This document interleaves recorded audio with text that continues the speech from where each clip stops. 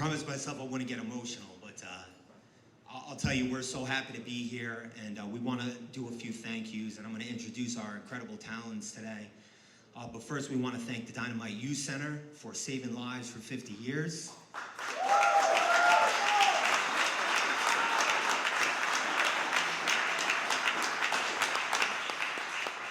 I want to thank Billy Fusco for steering the ship for 50 years. One wonderful person.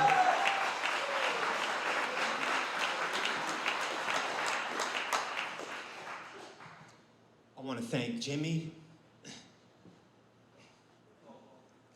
I'm going to get it together. Give me a minute here. I hadn't spoken to Jimmy in a long time. And I spoke to him about several years ago. It was about several years ago, and I called him up and I said, hey, we're thinking about doing something.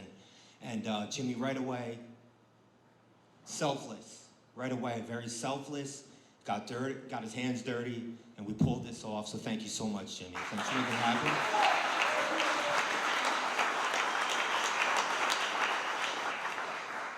I want to thank my team, Tawny Cox, Gabby Orlando, Eduardo Lima, Jared, Melissa, and all those that helped us put this together. We have a tremendous fight taking place on August 5th, and we just rang the opening bell of the New York Stock Exchange today. We've been promoting at the Madison Square Garden, and all of it happens because of them. So thank you guys so much.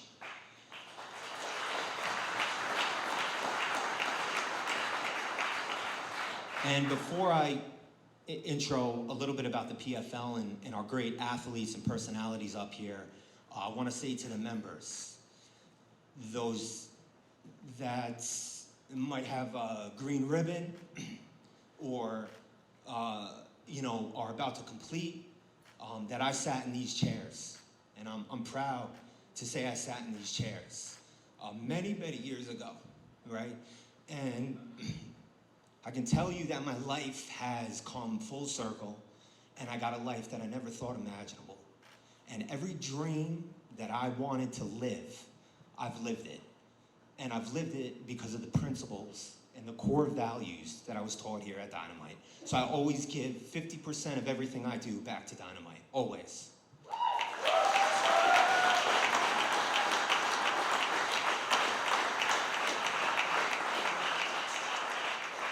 And just one last thank you to my dear friend Diego Zulawaga for being here. Proud Marine, incredible entrepreneur, and a dear friend that I happened to complete with so many years ago. So thank you.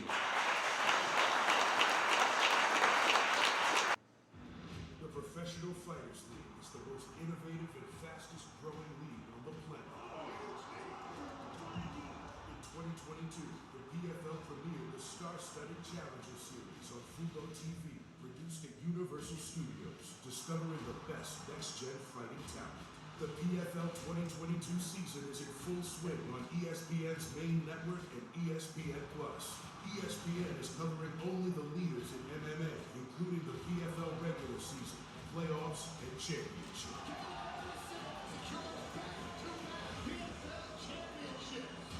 MMA has a massive fan base with 600 million fans around the world and the youngest audience of all major sports. And the PFL is distributed on premium sports platforms in over 160 countries. The PFL fighter roster is stacked with the greatest fighters from 25 countries. Led on the men's side by former UFC standout and world champion Rory the Red King McDonald, plus former UFC lightweight champion Anthony Showtime Pettis. The women are headlined by two-time Olympic gold medalist, two-time PFL world champion, and #1 world-ranked Kayla Harrison, and Claressa the Gloat Shields, who looks to become the only dual boxing and MMA champion in sports history. The PFL leads in innovation. Our Smart Games delivers viewers real-time fighter data and fight analytics, from strike speed to kick speed, fighter performance ratings, and RefCam. The PFL regular season kicked off big in Dallas and heads to Atlanta in June. August is PFL playoffs month. Fighters must win to advance. We start the action in Madison Square Garden in New York, and then head to the United Kingdom for 2 inaugural international events.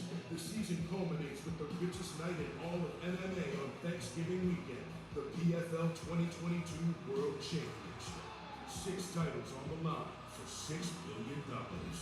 We are the Professional Fighters League. More than a fight, we are a season.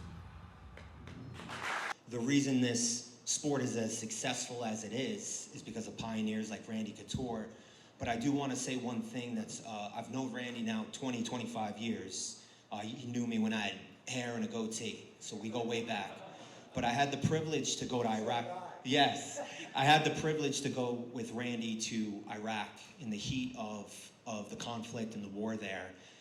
And it was an unbelievable honor because not only did Randy serve in the armed forces, but I saw those that were wounded and I saw those that were battling for our freedom and having difficulties get a small sense of joy, a small sense of hope, and a small sense of inspiration for that day and that moment because of what Randy Couture stands for. So it's an honor and a privilege to introduce my dear friend, Randy Couture.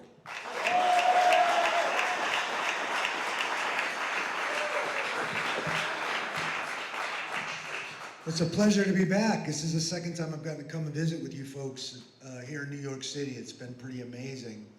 I know we're talking about adversity today, and I guess adversity started for me as a 4-year-old up in Seattle. I grew up north of Seattle. Parents went through a divorce. Grew up with a single mom, raising 3 kids by herself. I got on a wrestling mat at 10 years old to get that guy's attention, that dad that was never around. Never paid support, never did any of that. We did all that by ourselves. And so already kind of, by most people's estimation, had the deck stacked against me and managed to stay focused. Thankfully, I had some great coaches, and this is one of the reasons why I feel like athletics is so important for our kids. It teaches us to embrace adversity. You're going to deal with it. You're going to learn how to lose. It's not about winning all the time. It's about how you deal with the adversity of life. You're going to lose. You're going to get knocked on your ass on occasion. There's no way around that. Each and every person here is going to deal with adversity, with pain, with sorrow, with a lot of those things that life throws at us. And I believe that that's one of the reasons why athletics is so important. It teaches us when it's not life and death, how to deal with that adversity, how to move forward, stay positive, pick yourself back up and figure out how you can keep going and do better. And that's certainly what athletics did to me. Those coaches filled that void that man left in my life. They're the ones that kicked me in the ass when I needed a good kick in the ass, because we all need a good kick in the ass on occasion. They're also the ones that threw their arm around me, gave me a pat on the back, tell me things were going to be okay, and show me some light and some love when I needed that as well. So I believe that those coaches, being on that wrestling mat, being on that soccer field, being on that football field, were definitely the moments that taught me how to deal with conflict and adversity and persevere. Develop that deep reservoir of resilience to be able to pick yourself back up. Everybody talks about the 6 world championships, but that means I lost it at least 5 times. And the truth is I lost it all 6. But because of those young experiences and losing and learning how to lose and do that gracefully, I also learned how to win gracefully and how to pick myself back up, figure out what I did wrong, how I can come back and be better and be stronger and keep moving forward.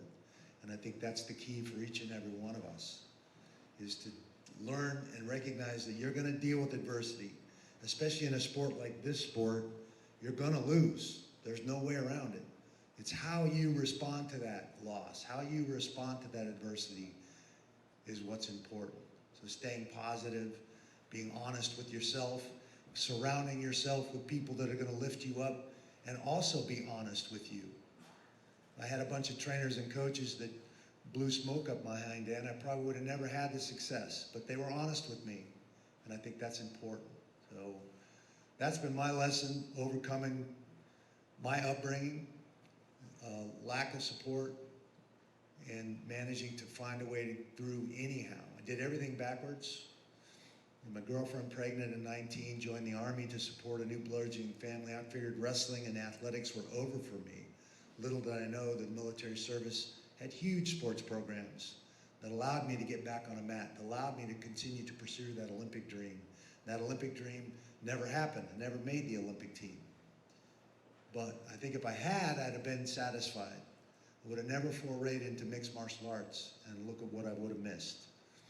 Would have missed a lot of opportunities. So things unwound and happened the way they were supposed to happen. I think sometimes we just need to have a little faith.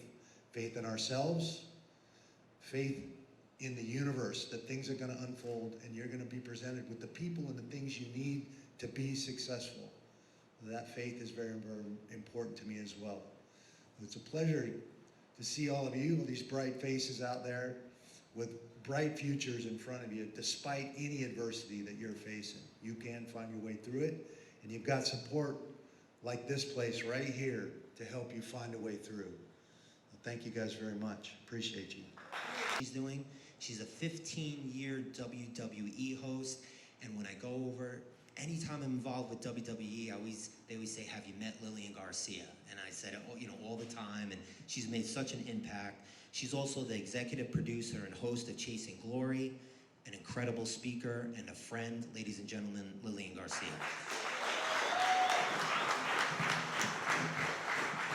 Thank you. Thank you so much, first of all, for having me here. It is such an honor, especially as a female in a male-dominated industry. It feels good to represent. Yes, ladies?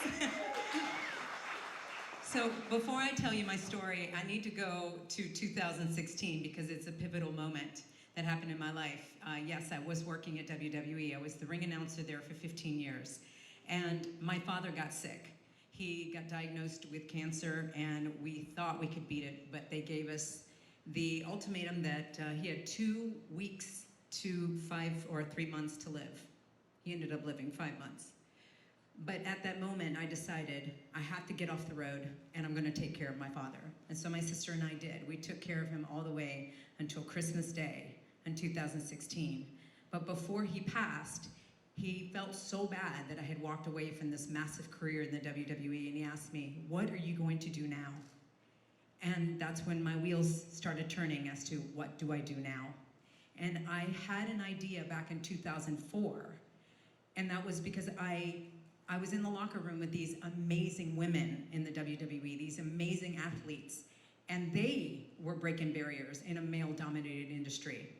And when I heard their backstories of overcoming alcoholism, drug addiction, being molested, physically, mentally abused, I mean, the list goes on. I was like, wow, if people knew this, they would respect you even more. Because even with everything that you had endured, you became something. And you're out here doing what you passionately love to do. And so at that time, I had pitched it to WWE, but at that time it was before podcast. It was before any kind of like internet shows or anything like that. So that's the idea I took, and I did form Chasing Glory. In that, I went ahead and started interviewing athletes. As a matter of fact, Randy Couture was on my show. Amazing, you guys can check that out. And every single one of the athletes had a huge adversity story that they overcame. And there was this like just amazing thing that I was like, wow, everyone has something that they've overcome. Because a lot of times we feel alone, don't we? We feel like we're the only ones that are going through something. Hearing all of that made me have the courage to talk about my story. And I'm the daughter of a lieutenant colonel, and I grew up in Madrid, Spain. And even though I was an American, I moved to the States when I was 8 years old. And I was instantly bullied because I came from Spain, because I knew a different language, even though I spoke English without an accent. And I wore dresses to school because that's what you wear. And so I was in the 3rd grade and immediately was bullied. And you guys probably know this in school, when you're bullied, it follows you every year until you graduate high school. It just stays with you, right? So I had to endure that. I thought maybe home was gonna be my safety, but my mother went into deep, deep depression, and she went into beating me over and over and over and over again. And so I did not only not feel safe at school, but I didn't feel safe at home. And that led me to then having bulimia. And for years, I felt like that was my way to control. That was the one thing I could do. But of course, my hair started falling out, my teeth started going gray, and everything was just falling apart. So I got help with that eventually, and I realized at that moment, I have to take full control and I have to do this the healthy way. And the one thing that really stood out to me is remembering me as a kid playing and being so happy and being like, I promised that little girl inside of me that I would take care of her. I promised her that I would fulfill her dreams, that I would stand up for her. And as corny as maybe that might sound to you guys, think about it. Each one of us have a little girl and a little boy inside of us that had those dreams. And so that's what you have to fight for. You can make a choice to let your adversities take you down and you become a victim, or you can decide, no more. I take control, and I'm gonna do whatever I can. I focused on music. That's what really helped me. So I focused on music a lot. I sang, I wrote a lot of my feelings down. That helps. Even if you journal, that helps. And then that led me to New York. New York led me to the WWE audition, and then the WWE eventually led me here to the PFL as the first and the only in-cage announcer in combat sports, being a female.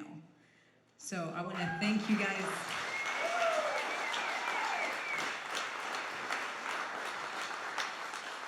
I want to thank you guys so much, and I just want to say, it's a choice. Make the choice that is best for that little girl or that little boy that's inside of you. Make that choice. Don't let anybody take that from you too. Thank you. A great husband, a good friend, and I'll tell you, he's got one of the biggest fights of his life on August 5th at Madison Square Garden. He's cutting weight, which is not fun, but he said, no matter what, Lauren, I want to be here because he cares about doing great things for other people, and that's why he's so successful. Ladies and gentlemen, Anthony Showtime Pettis.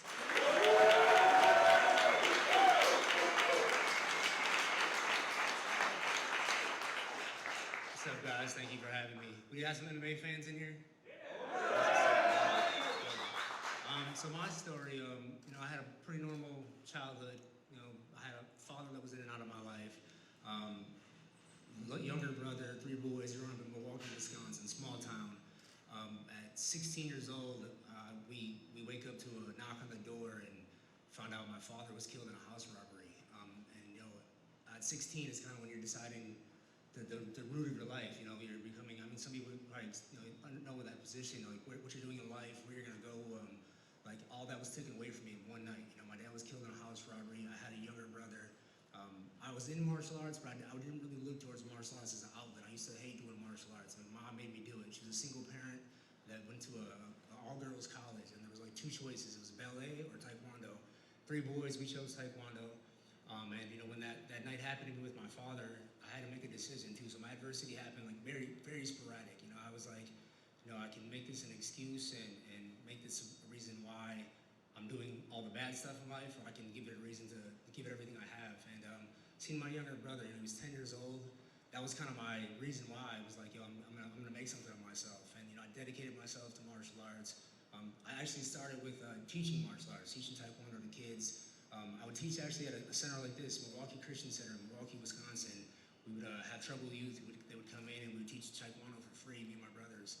And to see these kids that were scared and had no self-control and no self-esteem, just standing like black belts and throwing martial art punches, it was amazing to me. Like, I love that transition. And that's kind of how I found mixed martial arts. My brother and I were like, if we're gonna keep teaching this, we get this sport is growing and it's taking over martial arts. So I got into mixed martial arts, and my career happened really fast. I dedicated myself, became a WEC world champion, UFC world champion, first fighter on a Wheaties box. And then one of my biggest accomplishments, I think, is making my little brother become a world champion. So he just won his world title last year. One of my things that I set out to do was make sure he had a good life.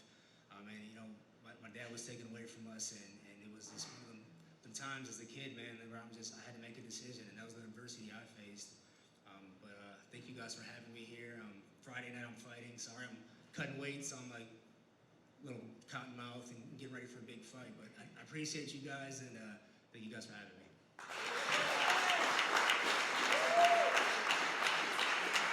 Up to a few questions is somebody that's it's really meant a lot to me to get to know. He's 6'8".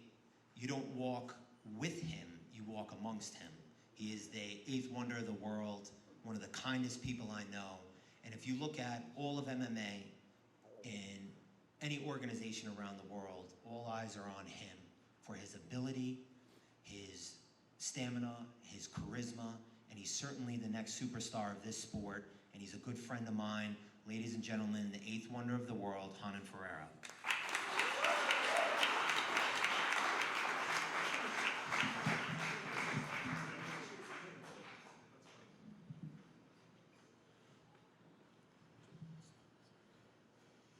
Olá pessoal, é um prazer muito grande para mim estar aqui com vocês. Eu sou o Renan Problema, lutador profissional da organização PFL. E muito feliz em estar aqui, compartilhar um pouco da minha história, um pouco da minha vivência com a luta, de tudo que eu já passei até aqui. Com certeza todo mundo tem problemas, tem dificuldade, mas o importante é manter a cabeça erguida e nunca desistir dos seus objetivos, dos seus sonhos. Hey guys, it's first and foremost a pleasure to be here with you. I'm Renan, as I've been introduced, but a lot of people call me Problema, which translates to a problem in Portuguese. Like I said, honestly a pleasure to be here talking with you guys, talking about adversity and how you gotta stay put, keep your head up, and tackle things through and through. Eu venho de uma cidade pequena, com poucas oportunidades, com muita dificuldade financeira, família humilde. Então tive que ir para um grande centro, para uma capital brasileira, buscar a oportunidade de realizar esse meu sonho, que é ser lutador profissional de MMA, que é estar em um grande evento, que é ser um campeão mundial. Então eu tive que deixar minha família, que deixar o meu lar, o meu conforto e ir para um grande centro, treinar e buscar o meu sonho. I come from very humble beginnings, from a very small town in Brazil, and I'm here chasing my dream, following from what I've wanted for myself since my young age. I left my small town where I had little to no opportunity to be and to become who I am today.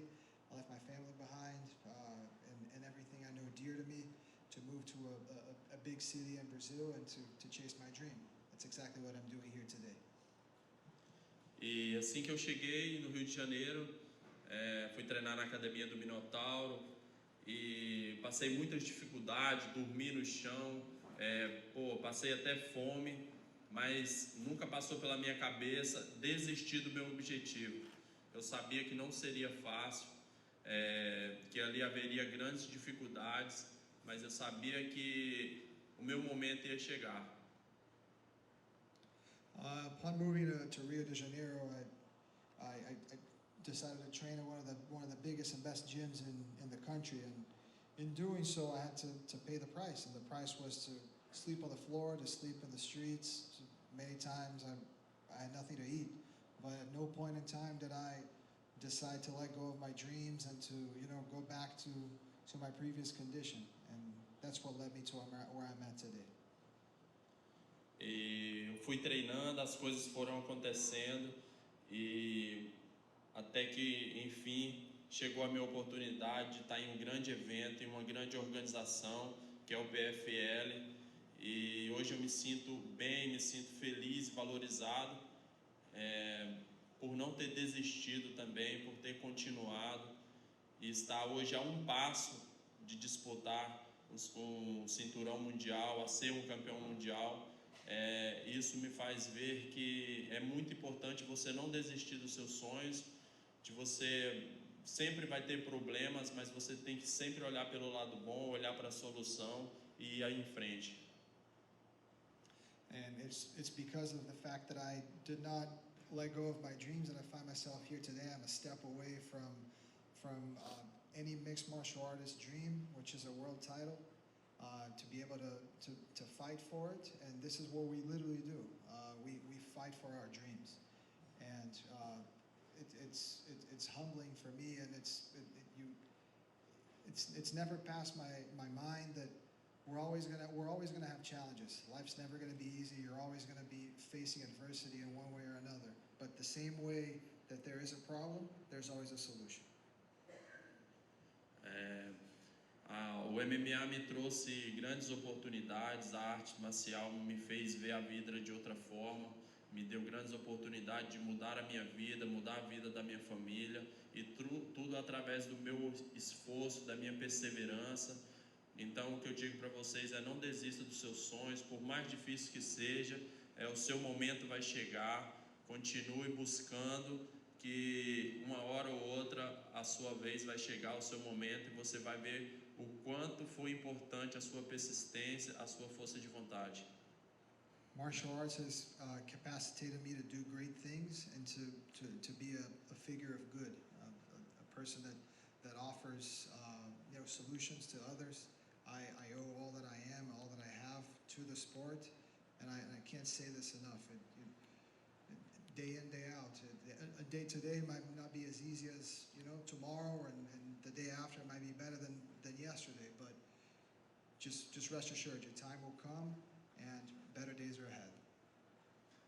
Muito obrigado pela oportunidade de estar aqui contando um pouquinho da minha trajetória.